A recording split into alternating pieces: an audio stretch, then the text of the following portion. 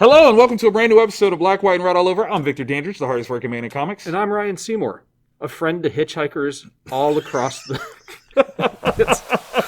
Lies, all lies. Lies!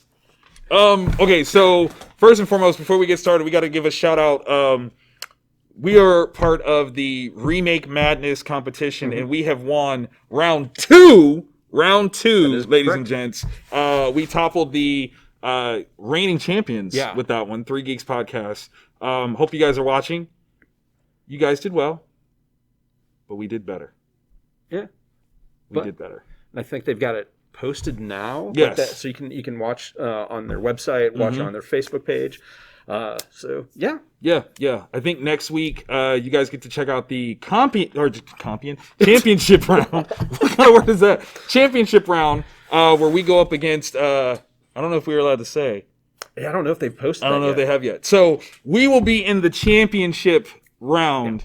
Yeah. Spoilers. We're awesome. Yeah. Look at us. First round, we had Plan 9 from Outer Space. Yeah. Second round, Gone with the Wind. Oh my god. And you have no idea the chicanery that they chose for the championship. Yeah. Just absolutely insane. So definitely check that out. But in the meantime, in between time, we read some books. It is another month of what in the world? A lot of different books. Oh my god. Two the same, the rest.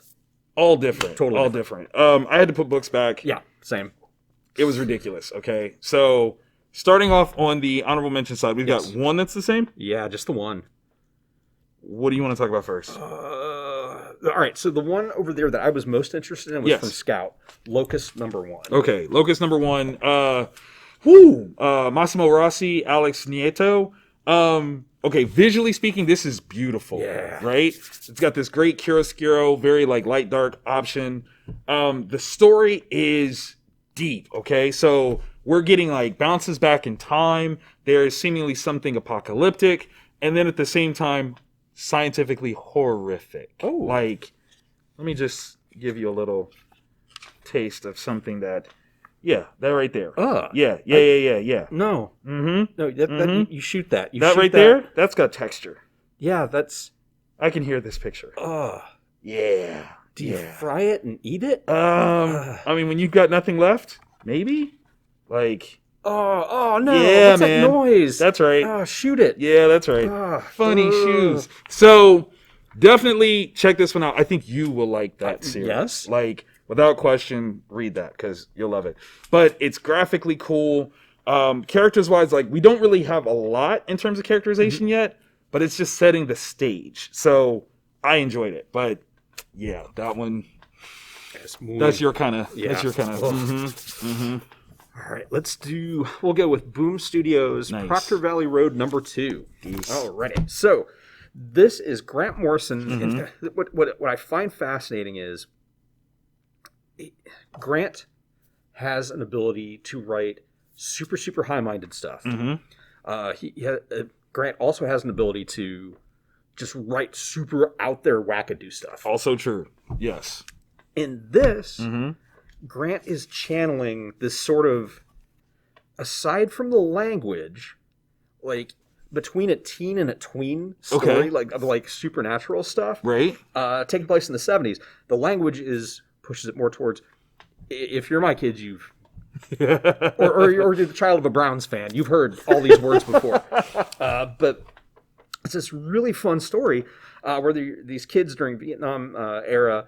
And there's some kind of supernatural stretch road. Think of like Route 66, except with stuff actually happening there. There's not a streamlined list of like this, the ghost of Bob and that. So it's very fluid, and it's really cool. These kids took these other kids in the first issue on a ghost tour of the road, and something got them. So now they're trying to not get busted by the cops for murder. But it's all done in this really cool, like teen tween kind of vibe. It's not awesome. what I normally would get from Grant, but working with Alex Child is really fleshing this story out. The art is amazing. It's illustrated by Naomi Franquez. A really gorgeous book. It's like if Supernatural and Lumberjanes had a kid. Nice. It's kind of that's where I'm kind What of I adore is the cover creates a vibe that Yeah. is very different than what it is internally. Yeah. So don't just look at the cover and think like, ugh, spooktastic. Yeah. But at the same time, doesn't mean that it's not crazy on the inside. Yeah. So, but it's beautiful though. Oh my gosh. I dig that. I dig that a lot. Okay. Thor number 14. Jace. Donny Cates, Jace. Nick Klein. It's the end of the Prey story arc. Donald Blake was doing some stuff. Yeah. He's doing some stuff. So, okay, here's what's interesting. And I don't know if this is if I'm souring to Donny Cates's writing. Oh. I know, right? So, here's my thing. Donny, when he's writing these stories, and I've noticed this trend that he always seems to change a status quo Yeah. of some sort. And on one hand, that seems like, well, yeah, that's what you should do. Yeah. But when every arc aims to change a status quo, it almost like misses something. Yeah. Right? So like in the first arc, we've got Thor becomes the Herald of Galactus, Yeah. right? We see that like Thor is supposed to be the death of Galactus. Yeah. We've got the destruction of Stormbreaker, right? Which depowers Beta Ray Bill. Like these are status quo things, right?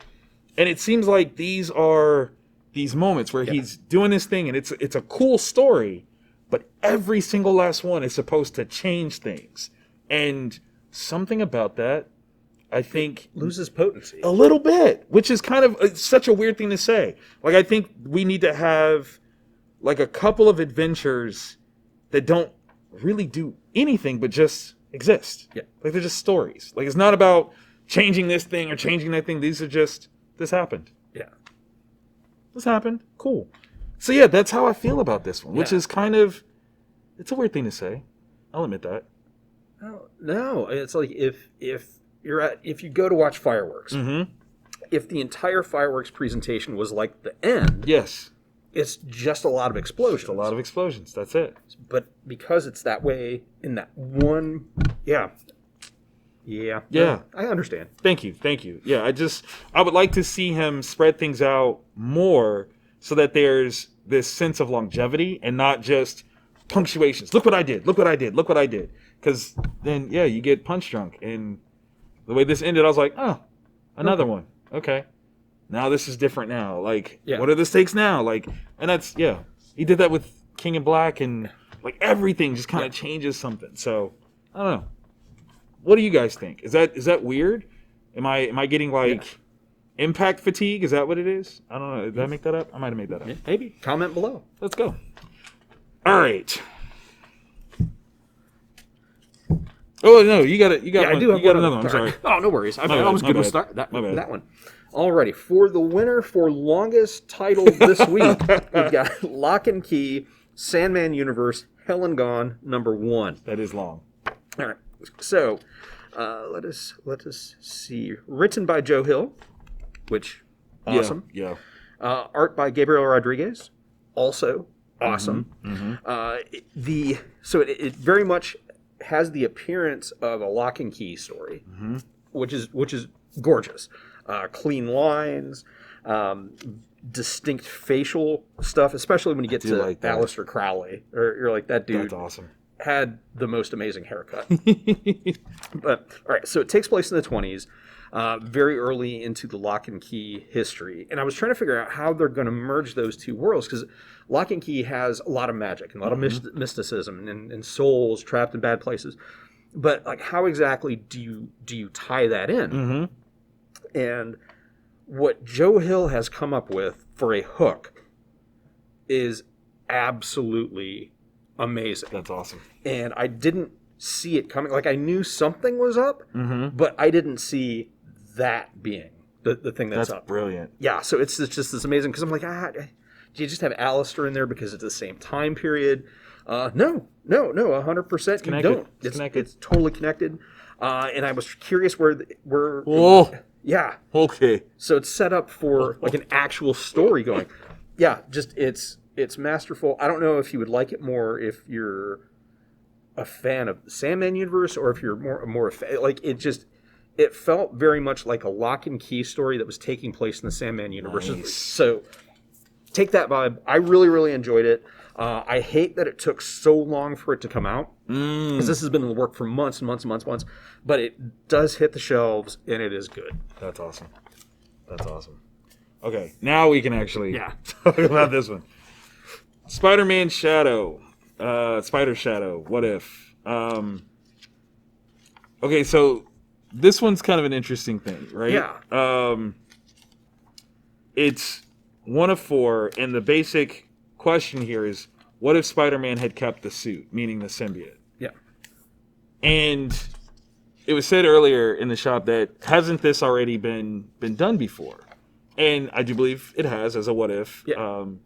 But this one, okay, so written by Chip Zdarsky. Who's done amazing stuff with Spider-Man in the past. Yeah, definitely. Pasquale Ferry is the artist. The art is just gorgeous. Matt Hollingsworth is the colorist.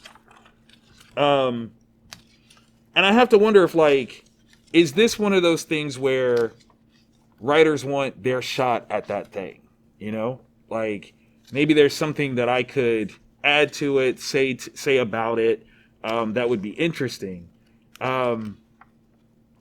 And this was interesting. I feel like there's this very kind of, I don't know, cool retcon, if you will. Yeah.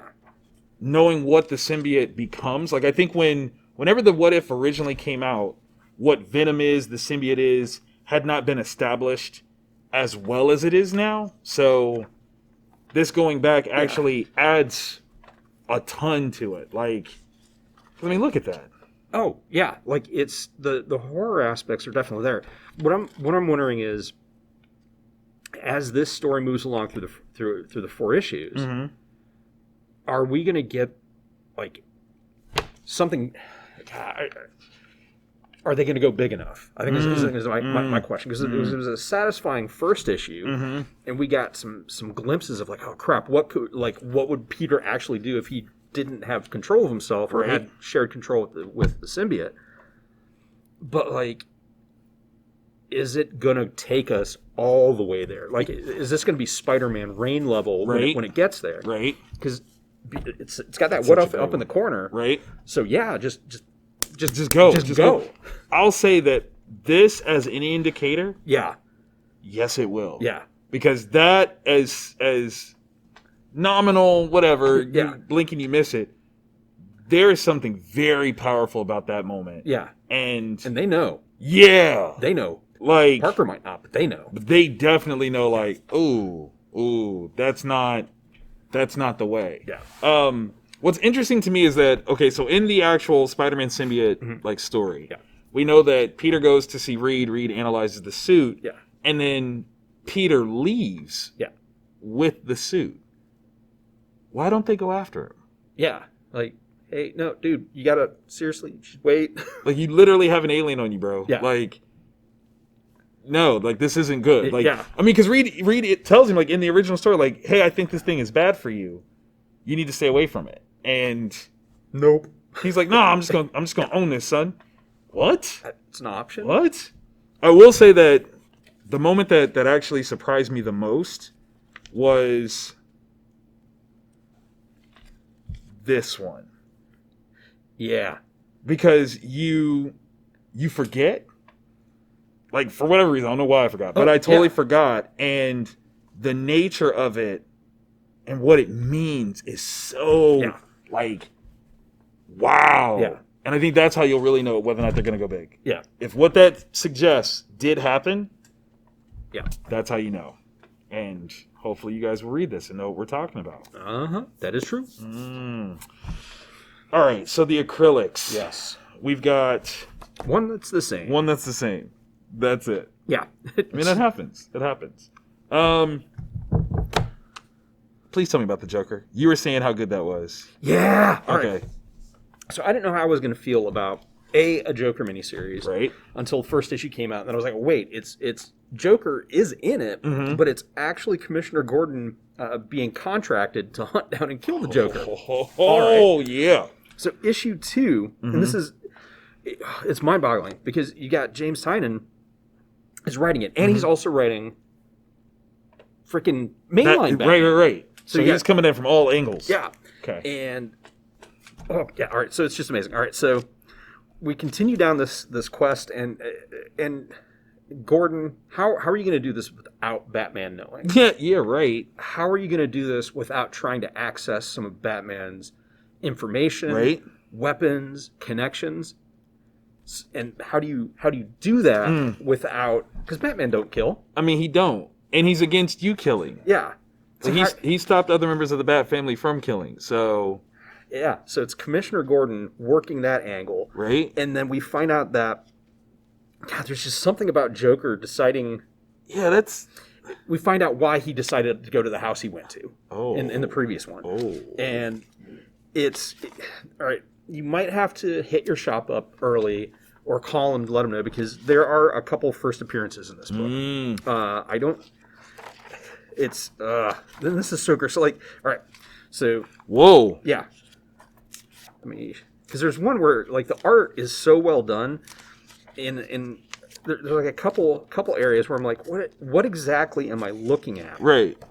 Because I'm like, it can't be what I think it is. What? And I don't recall this particular group of people ever being in it, but they're like, that's what they're doing. Yeah. That's crazy. Yeah. So there are other layers to Gotham's history being laid down. Okay. In a very organic way. There's advancement of characters and concepts from previous writers and artists, and then the punchline backup story. Oh, that's awesome. Yeah. So yeah, it's totally worth your time to pick it up. The cover price is a bit high at $6. You get a lot of content. But you get basically a book and a half, and it's all good stuff. That's good. I like that. Following your lead, I'm going to do Superman 30. Another $6, but really good read piece here. So we've got Philip Kennedy Johnson as the writer, Scott Godlewski as the artist. This is fun, okay? This one is the beginning of a story arc. It's called The One Who Fell. And this particular father-son adventure, which you can tell from the cover, is crazy dope, right? Okay, so we're talking the intergalactic spannings of like Silver Age stories, right? Okay. But it's rooted in this more contemporary, compassionate father-son dynamic between Superman and John. Okay. And so for him to bring his son along, there's this sense that it's almost like Superman is actively preparing for John to take his place. As a father does. Yeah. You know? And I think that was one of the things that I didn't quite catch from Bendis' run. Mm-hmm. John was there, but it was still about Superman. Yeah. This seems to be like Superman is going, at some point, it's going to be John. Yeah. And I need to almost prepare not only myself, but him for what it means to be Superman's son. And that's such a wild thing. Like, you know, there's things that, you know, clearly John has been to the future and he's seen, but he's like, but he's going to hear it from me. Yeah. Like, no one else can tell him what this is like I can tell him. Yeah. And that's what this seems like. So, super dope. I love the family dynamic. There's a backup story with Ambush Bug. Can't go wrong. I mean, come on. Make that happen. But yeah, really, really good one. Really, really good one. I enjoyed that one a lot. Okay. This is if you don't know who Alex Zerda is as an artist, come on, you're missing out. Yeah. All right. So, Night Hunters, number 3. It is the joyful, overpopulated Necromundo Blade Runner hellscape. Yes. Miami Vice. Yes. So like, there's these Night Hunters, which are like It's cybernetic. so it's so over the top. The colors are just all right. So this is also written by Dave Baker. Dave, great job. You're killing it on this story. So it's in this dark future. There are these police that are like cybernetically enhanced, not like 100% RoboCop, but also not 100% RoboCop. Okay. And in this particular story, there's like, you know, family ties, you know, brother goes one direction, another brother goes another. And this all starts to come to a head when the mayor-elect Costa is kidnapped by a drug cartel. And Oh my gosh, the trade, because I think That's amazing. second part for number 2 it came out. I don't know if number 1s are still available, so it might be a situation where you might have to wait for a trade paperback. Gotcha. But the art, the story, the bilinguality of it, because there's chunks in Spanish, chunks in English, the color choices, the paper choices. Yes. Because it's got the like old school newspaper to it. I love it. And oh my God, that is it's, cool. I want, just the way they're like, I'm just going to shoot you, and the way they do it, and the way, So this is really, really good. I can totally hear the synth soundtrack that this is made to. This is amazing, and wow, it's Floating World Comics, so it's a smaller press company, which might be, if your local shop doesn't have them, they might have them available on their website. Hit them up directly.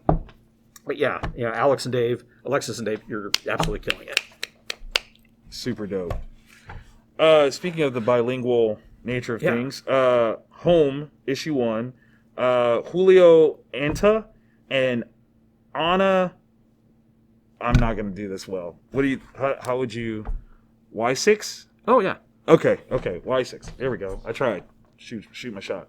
Okay, Image Comics. This is poignant. Okay, the timing of it is hefty. It is definitely rooted during the Trump administration. Let me just read you the synopsis that's on the back of the book. When a young boy is torn away from his mother while seeking asylum at the U.S. border, something begins to change in him, and it isn't just the trauma, anxiety, and guilt you'd expect. He doesn't know it yet, but it's the onset of superhuman abilities that will change his life forever. Oh. So you're talking ripped from the headlines, immigration issues, concerns, the what do you call it? ICE and the centers that they had for detentions and separating parents, like all of that is addressed in this. Like they're going at this. There's a beautiful letter from Julio that's talking about how inspired by the literal, these are the things that are happening, right? Julio is an American that's the child of immigrants, from Colombia, from Cuba, and like really seeing like how real life is kind of occurring and just being like, I'm so appalled, I'm inspired to write something. And the best part is there aren't enough Latinx characters, like superheroes at all. And this was an opportunity to create one, but do so in a way that is relevant, current, topical. It is powerful. It's a little hard to read. Be prepared. Like you will feel feelings. Like without question, you will feel feelings. If you don't feel feelings, you're part of the problem. I said it. I meant it. It is what it is. There are deplorable characters in this. They are the darkest representation of what we think that level of authority and racism, what that looks like. It's in there, but it's being honest and authentic in the way that somebody felt about these circumstances. So definitely check it out. If you try to Comicsgate this, I'll personally fight you. I promise that. Let these stories be told. This is how people feel. Let them tell the stories that are authentic to them. So don't make me, because I will. Okay, you don't want to see me turn my head around. It gets ugly. All right. So there were, of the books that I know that I put back, just in terms of all the reading, there were, because love a lot of AfterShock stuff. Been loving Scout's Honor, comes out this week. Definitely dope. If you don't know that I have Maniac of tattoos done on all my kids, that shipped this week also. But there was one that stood out above those are amazing and normally would make the cut. We have a new number 1 though. A new number 1. Cullen Bunn. Say it again. Cullen Bunn from the Connecticut Bunns. Yes. And then we've got Mark Torres on the art and Dave Sharp lettering. There's, I think, Juan Doe did a variant cover, I think. I'll bet. And it's amazing. Okay. What? Oh, my gosh. Okay.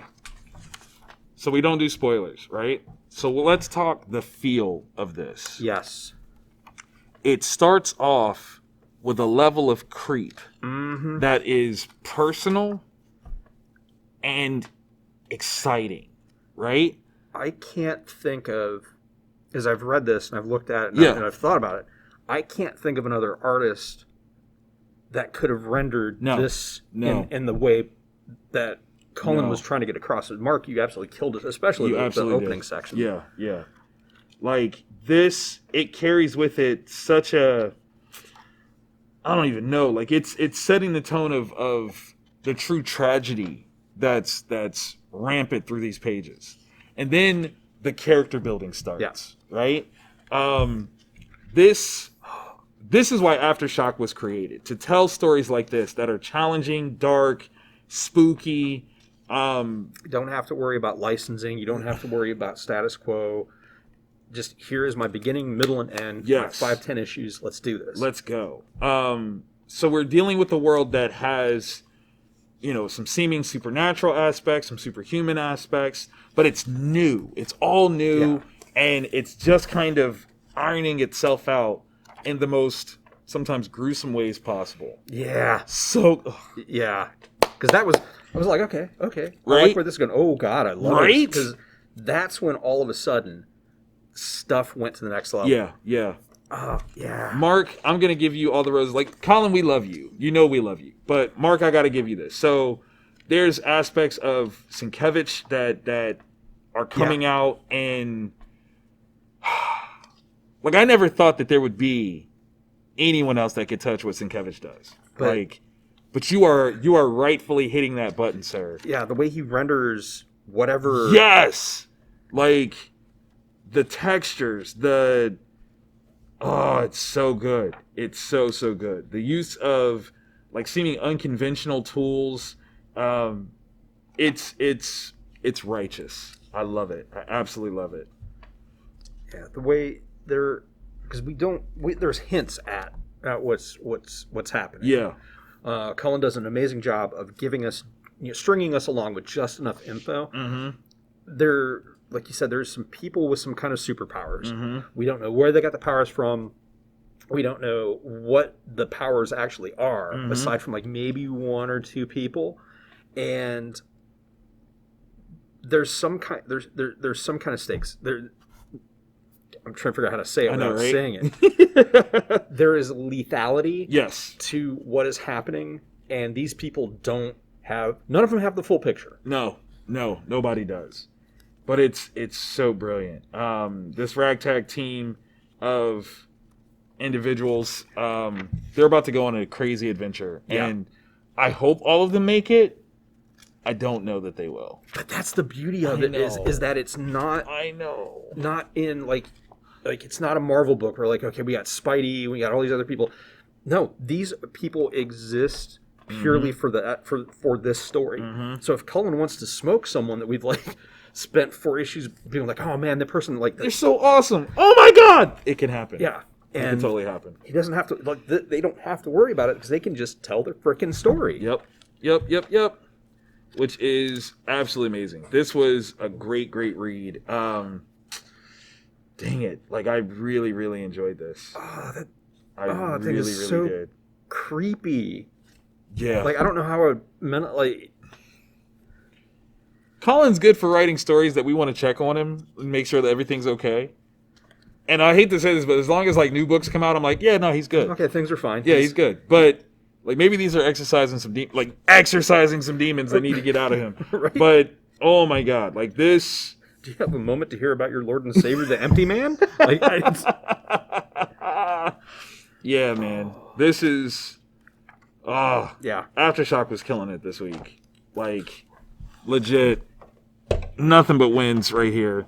But again, that seems to be like the road these days. Like, I appreciate that DC has actually like kicked out some really good stuff this week. Marvel's trying some stuff. Marvel's trying some new things. So I'm very excited. Like, as a comic book reader, like, yeah, it's a good time. This is what we're looking for, y'all. This is it. Give us the good stories. Yeah. That's what we want. Good stories all the time. And we'll talk about them all the time. So if you like that, hit like, thumb it, and then hit the subscribe and the bell. That's right. Because once a week, we come into your DMs and we're like, hey, these are some books you should be reading. You should read these. You should read these, right? Except for that one. God, what was it? Shutter? We said we would never talk about Oh, that's right. My bad. Go get the hose.